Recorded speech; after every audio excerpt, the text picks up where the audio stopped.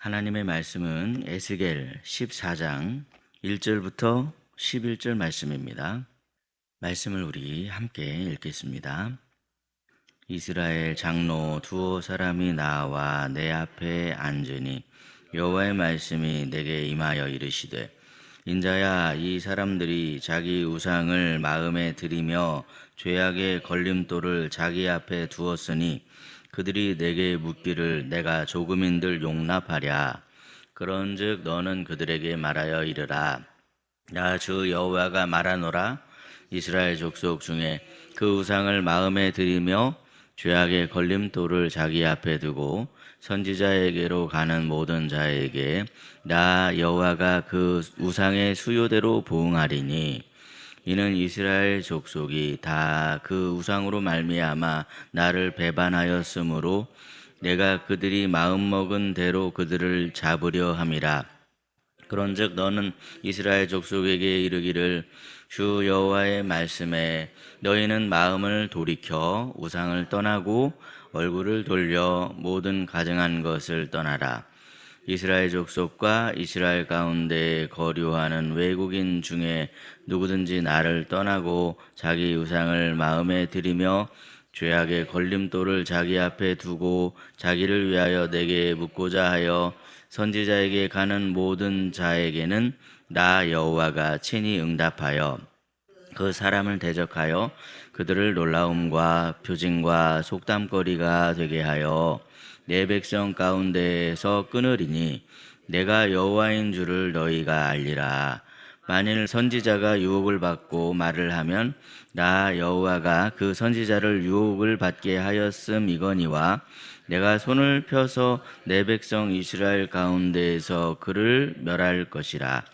선지자의 죄악과 그에게 묻는 자의 죄악이 같은즉 각각 자기의 죄악을 담당하리니, 이는 이스라엘 족속이 다시는 미혹되어 나를 떠나지 아니하게 하며 다시는 모든 죄로 스스로 더럽히지 아니하게 하여 그들을 내 백성으로 삼고 나는 그들의 하나님이 되려 함이라. 주 여호와의 말씀이니라. 아멘. 오늘도 이른 새벽에 주님의 은혜를 사모하여 주의 전에 모인 여러분의 삶에 하나님의 은혜와 평강이 가득 넘치시기를 예수님의 이름으로 축복합니다. 하나님의 징계로 바벨론으로 끌려간 이스라엘 백성들에게 가장 시급했던 것이 무엇일까요? 그것은 나라를 되찾는 일도 아니었고 잃어버린 자유를 회복하는 일도 아니었습니다. 이스라엘 백성들에게 가장 시급했던 것은 바로 하나님이었습니다. 하나님. 신앙의 회복이 가장 중요하고 시급한 문제였더라는 것이죠.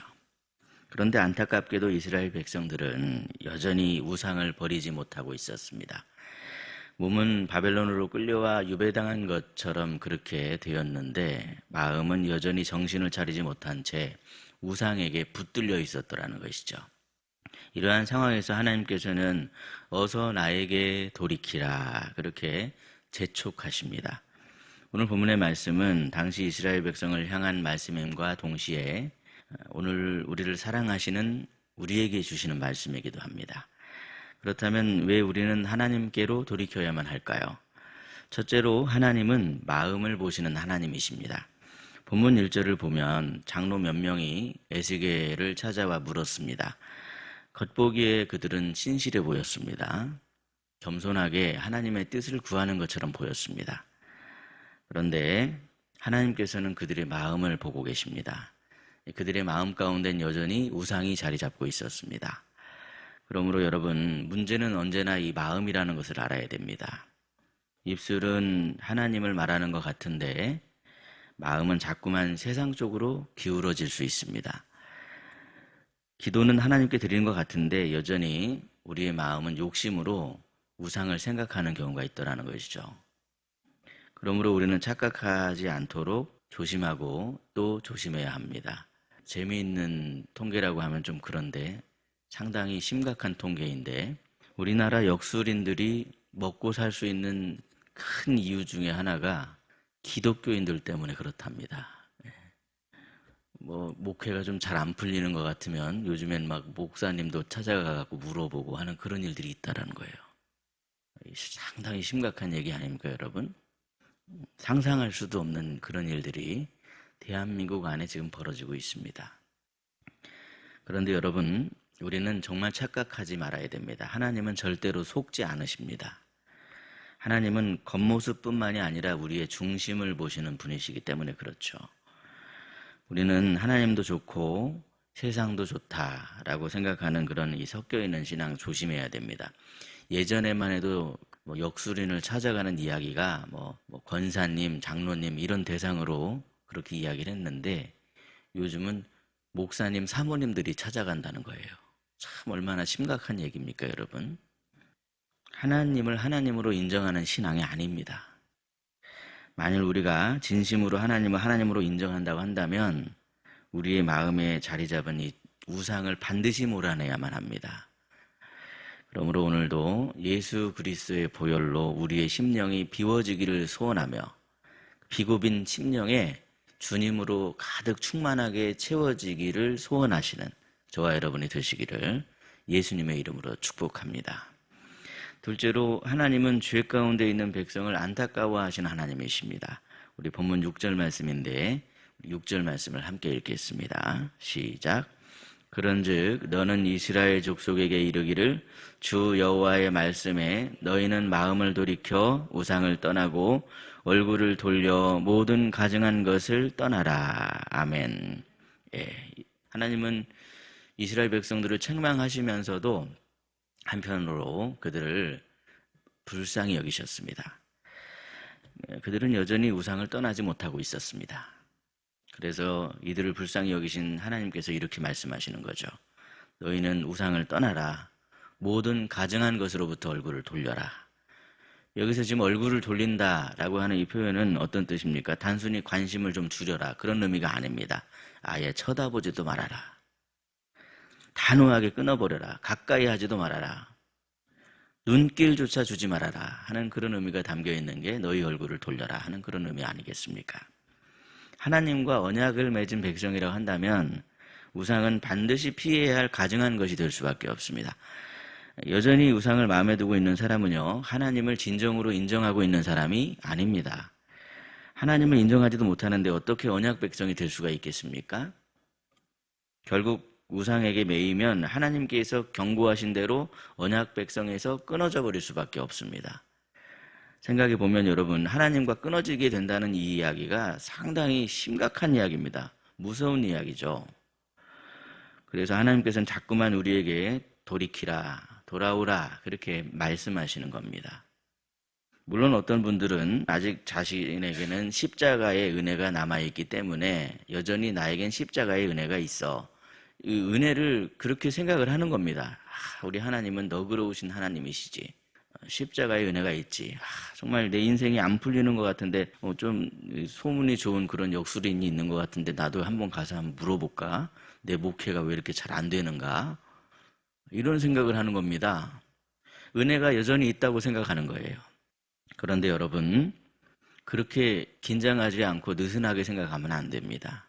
구원의 문이라고 하는 것이 계속 영원히 열려져 있는 게 아니에요. 물론 아직까지는 구원의 문이 여전히 열려 있습니다. 하지만 성경은 분명히 경고합니다. 언젠가는 그 문은 반드시 닫힌다. 한 번 닫힌 구원의 문은 절대로 다시 열려지지 않는다. 그러니 여러분, 계속해서 그렇게 여유만 부리시면 안 됩니다. 오늘이 우리에게 주어진 보물이요, 오늘이 바로 은혜의 날이며 최고의 기회임을 알아야 합니다. 그러므로 오늘 지금 당장 우리는 주님께로 돌이켜야 합니다. 지금 당장 돌이키기로 결단을 해야만 하더라는 것이죠. 오늘 주님께로 돌이키심으로 주님이 내밀어 주시는 은혜의 손을 굳게 붙잡으시는 저와 여러분이 되시기를 예수님의 이름으로 축복합니다. 셋째로, 하나님은 자기 백성을 지키시는 하나님이십니다. 말씀을 계속해서 보시면 이제 9절 이하에 거짓 선지자들과 그들을 찾아가 묻는 모두가 다 함께 심판을 받게 된다 그럽니다. 거짓 선지자도 심판을 받지만 그 거짓 선지자의 말을 듣고 있는 사람도 심판을 받게 된다. 이렇게 지금 말씀하시는데, 하나님께서는 거짓말을 하는 악한 선지자들로 인해서 나머지 백성들이 미혹에 빠지지 않기를 바라십니다. 이처럼 우리는 말씀을 전하는 자의 이 책임이 얼마나 무거운가를 아셔야 됩니다. 그러므로 말씀을 전하는 자는 맡겨진 책임이 얼마나 중요한가 그것을 생각하면서 더욱 말씀을 바르게 전하기 위해서 항상 주님을 의지하는 자가 되어야만 합니다. 자기의 힘대로 어떻게 다 이게 되겠습니까? 하나님께 은혜를 구해야죠. 하나님을 신뢰해야죠. 하나님께로부터 힘을 얻어야죠. 말씀을 전하는 자는 항상 주님께 매달릴 수밖에 없습니다. 그런데 여러분, 주님께서는 듣는 자에게도 책임이 있다. 그렇게 지금 말씀하는 거예요. 말씀을 들을 때 제대로 분별하지 못하면 마지막 날에 이 거짓 선지자들이 심판을 받게 될 때 그때 그들과 함께 심판을 면할 수가 없다. 이렇게 지금 경고를 하시는 겁니다. 그러므로 평소에 늘 말씀을 가까이 해야 하나님의 보호하심을 받을 수가 있습니다. 말씀 충만이 곧 성령 충만의 길이더라는 것이죠. 말씀을 멀리하는 신앙은 언제든 계속 거짓에 속을 수밖에 없는 그런 위험에 있습니다. 말씀을 가까이 하셔야 합니다. 그래야 거짓에 속지 않습니다. 사랑하는 여러분, 오늘 본문의 말씀은 참 단순합니다. 단순하지만 동시에 매우 중요한 메시지를 주고 있습니다. 그것이 무엇입니까? 하나님께로 돌이키라. 하나님께로 돌이켜야 산다 하는 그 중요한 메시지입니다. 우리는요, 우리의 마음을 하나님께로 돌이켜야 합니다. 우리가 돌이킬 때 우리의 신앙이 회복됩니다. 우리가 돌이킬 때 우리의 가정이 회복됩니다. 우리가 돌이킬 때 주님이 우리에게 주시려고 기다리고 계시는 가장 귀한 큰 보물인 구원의 은총을 얻을 수 있습니다. 주님께서는 지금 우리에게 구원의 은총뿐만이 아니라 이 보물을 주시려고 기다리고 있는 거예요. 어제 새벽의 말씀처럼 너희 보물이 있는 곳에 너희 마음이 있다. 하나님은 우리에게 보물을 주시려고 그렇게 기다리는데 우리가 마음을 돌이키질 않는 거예요. 그러므로 여러분, 우리가 주님께로 돌이킬 때 하나님이 여전히 우리를 붙잡고 계신다라는 사실을 우리는 깨닫게 됩니다. 우리는 그 사실을 잊으면 안 됩니다. 주님은 우리를 사랑하십니다. 여전히 우리를 붙잡고 계신데 자꾸만 우리가 돌이키지 못하고 세상 쪽으로 기울어져 있는 것이 문제이죠. 우리 주님은 우리를 사랑하십니다. 우리를 여전히 붙잡고 계십니다.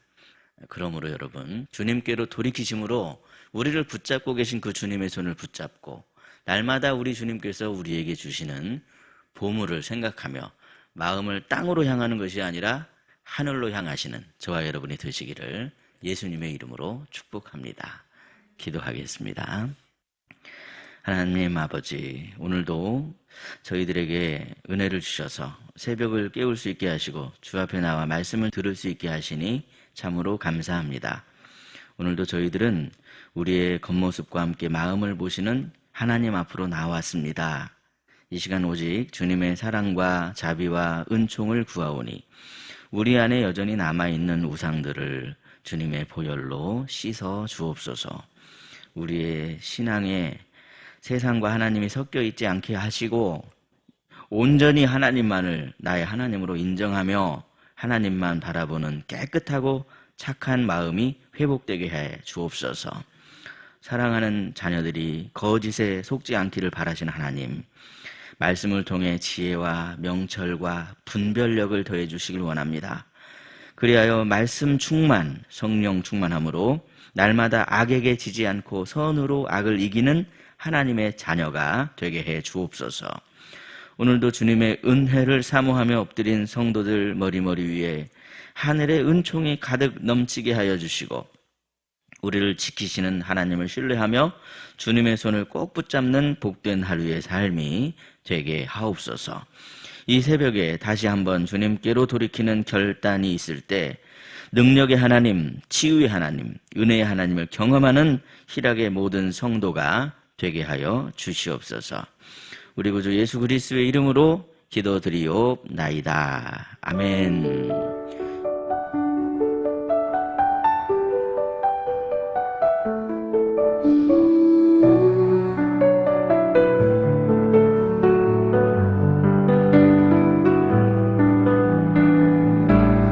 우리가 시작할 때에 확신한 것을 끝까지 견고히 그리스도와 함께 참여한 적